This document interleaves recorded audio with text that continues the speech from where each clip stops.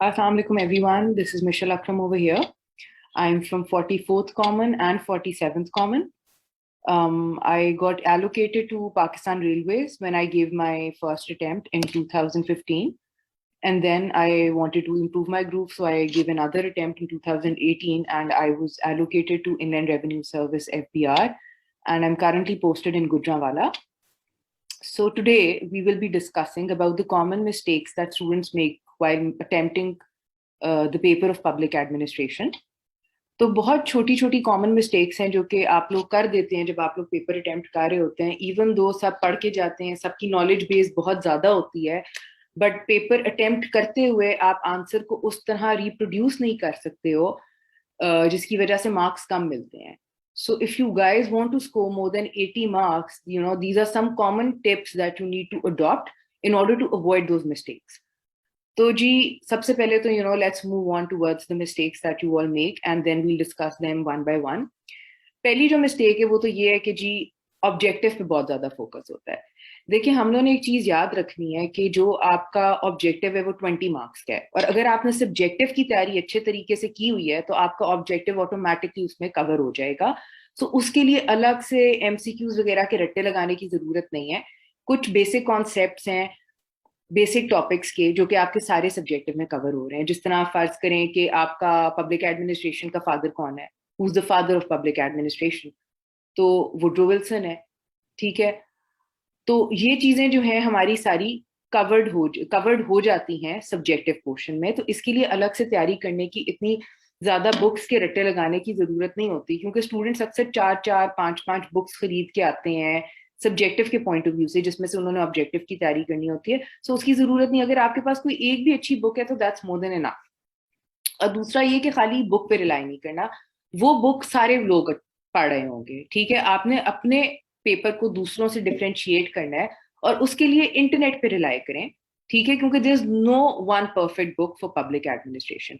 सो पहली बात यह है कि ऑब्जेक्टिव के लिए अगर आप लोगों को फिर भी टेंशन हो रही है तो जो भी आसपास आप लोगों की बुक शॉप वगैरह है उधर जाइए और उनसे कहें कि आप लोगों को जो है वो एक कोई अच्छी बुक दे दें एमसीक्यूज की.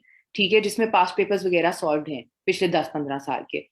Just go through them once. रोज का एक साल का उठा के 2-2 साल के उठा के देख लें और 4-5 दिन में कवर वो आपके एमसीक्यूज हो जाएंगे. क्योंकि एक चीज जो आंखों के सामने से गुजर जाती है ना वो फिर इंसान को भूलती नहीं है. तो एमसीक्यूज के लिए बस इतनी तैयारी होनी है. बाकी जो आपका मेजर फोकस है वो सब्जेक्टिव पे होना चाहिए. So now moving on towards the second mistake that students make. ठीक है, कि you don't read the question paper thoroughly before selecting questions. आप लोगों को आधा घंटा मिलता है एमसीक्यूज के लिए और एमसीक्यूज आधे घंटे में नहीं 15-20 मिनट में हो जाते हैं. सो आपके पास बेसिकली 2 hours 40 minutes बचते हैं सब्जेक्टिव अटेम्प्ट करने के लिए. 20 मार्क का क्वेश्चन होता है, आप लोगों ने 4 सवाल अटेम्प्ट करने होते हैं. ठीक है, आप लोगों ने क्वेश्चन पेपर को 2 दफा पढ़ना है बिफोर सिलेक्टिंग अ क्वेश्चन. ठीक है, कुछ ऐसे क्वेश्चन होंगे जो कि बज़ाहिर तौर पे जो है आपको लगता है, बज़ाहिर तौर पे आप लोगों को लगता है कि वो इनको अटेम्प्ट करना बहुत आसान है, बट वो ऐसा होता नहीं है क्योंकि उनमें इतना ज्यादा मटेरियल रिक्वायर्ड होता है कि आप 30 मिनट में उसको रिप्रोड्यूस नहीं कर सकते. तो आपने ऐसा क्वेश्चन जो है वो उठाना है जिसमें चाहे तो आपकी नॉलेज थोड़ी बहुत लिमिटेड हो बट वो 20 मिनट्स में क्वेश्चन हैंडल हो सके. क्योंकि कोई पॉइंट नहीं कि आप ऐसा क्वेश्चन उठाओ जिसमें आपको बहुत ज्यादा नॉलेज है बट उसका आंसर इतना लंबा है कि वो आप 30 मिनट में अटेम्प्ट नहीं कर सकते हो. तो आप लोगों ने हमेशा ऐसे क्वेश्चंस जो हैं वो उठाने हैं जिनको आप अच्छे तरीके से 20 मिनट में हैंडल कर सको. और उसका बेस्ट तरीका ये है कि आप जब भी कोई क्वेश्चन उठाते हो अटेम्प्ट करने के लिए, एक दफा आपने सिलेक्ट कर लिया तो उसकी इतना टाइम नहीं होता कि आप रिटन आउटलाइन बनाओ, एक मेंटल आउटलाइन बनाओ कि अच्छा इसमें मैंने इंट्रोडक्शन लिखना है. फॉर एग्जांपल ब्यूरोक्रेसी का क्वेश्चन है कि मैक्स वेबर की ब्यूरोक्रेसी की थ्योरी बताते हैं और उसका क्रिटिसिज्म बताएं या वो बताएं कि वो पाकिस्तान में अप्लाई होती है या नहीं. तो आप सबसे पहले बताओगे, इंट्रोडक्शन दोगे कि ये इंट्रोडक्शन है. उसके बाद आप बताओगे मैक्स वेबर की ब्यूरोक्रेसी होती क्या है. ठीक है, फिर उसके जो है आप बताओगे कि उस ब्यूरोक्रेसी वो मॉडल जो है वो पाकिस्तान के बेस पाकिस्तान से उसको रिलेट करके बताओगे कि मैक्स वेबर के मॉडल की इम्प्लीमेंटेशन इन पाकिस्तान क्या है ब्यूरोक्रेसी के मॉडल की. फिर आप बताओ कि उसके फ्लॉज क्या हैं और डिफेक्ट्स क्या हैं और फिर एंड में आप क्रिटिसाइज करो और फिर कंक्लूड करोगे आंसर को. ठीक है, तो इस तरह ये जितनी भी हेडिंग्स हैं इनकी एक मेंटल आउटलाइन बना लो ताकि एक एक चीज आप लोगों की आंसर में कवर हो और कोई चीज मिस आउट ना हो जाए. आपको पहले से पता हो कि मैंने इस फ्लो में चलना है और मैंने ये चीजें कवर करनी है. फिर जो तीसरी मिस्टेक है जो लोग बहुत करते हैं वो ये है कि दे डोंट गिव हेडिंग्स। देखें, यू हैव टू रिमेम्बर कि अगर पब्लिक एड का पेपर है तो आपका जो है 6 से 7 हजार बच्चा तो अटेम्प्ट कर रहा है पब्लिक एड का पेपर, ठीक है। तो एग्जामिनर जो है वो 7-8 हजार पेपर्स इतने थरली स्टडी नहीं कर सकते, ठीक है। तो जिन लोगों ने हेडिंग्स वगैरह दी होती हैं वो एग्जामिनर के लिए भी आसानी हो जाती है कि वो हेडिंग से जब they go through the heading and they realise कि ओ, इसको पता है कि अगर इसने ये हेडिंग दी हुई है और नीचे आपने 4-5 लाइंस में एक्सप्लेन किया हुआ है तो उनको वो पढ़ने की जरूरत ही नहीं पड़ेगी। वो हेडिंग से ही अंदाजा लगा लेंगे कि इसको आता है या नहीं आता। अगर पैराग्राफ फॉर्मेट में आंसर किया हो बगैर किसी हेडिंग के तो वो बड़ा मुश्किल हो जाता है उन लोगों के लिए भी पढ़ना, because it becomes very monotonous for them, ठीक है। और फिर कोई भी इंटरेस्टिंग करेक्टरिस्टिक नहीं है।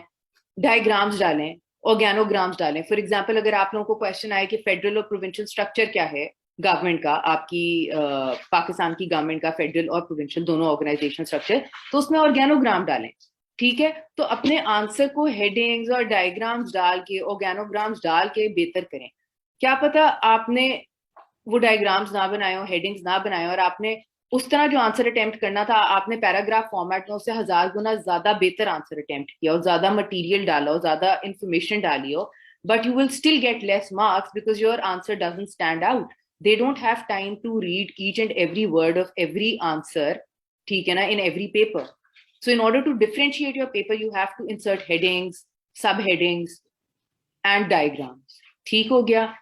और जो आखिरी मिस्टेक सॉरी जो बहुत स्टूडेंट्स करते हैं वो ये है कि दे डोंट गिव कंक्लूजन और क्रिटिसिज्म। देखें, आपने एक चीज याद रखनी है कि जब भी आपको कोई थ्योरी आई है, आपने किसी भी थ्योरी, चाहे तो वो लीडरशिप की थेरीज हो, मोटिवेशन की थेरीज हो, ऑर्गेनाइजेशन की थेरीज हो, पब्लिक एड की थेरीज हो, ठीक है, वो कोई भी थेरीज आपसे पूछ सकता है। वेबर की जिस तरह ब्यूरोक्रेसी की थेरी है, आपने कभी भी क्रिटिसिज्म दिए बगैर आंसर खत्म नहीं करना। जब भी थेरी पे क्वेश्चन आएगा you have to criticise that theory, ठीक है।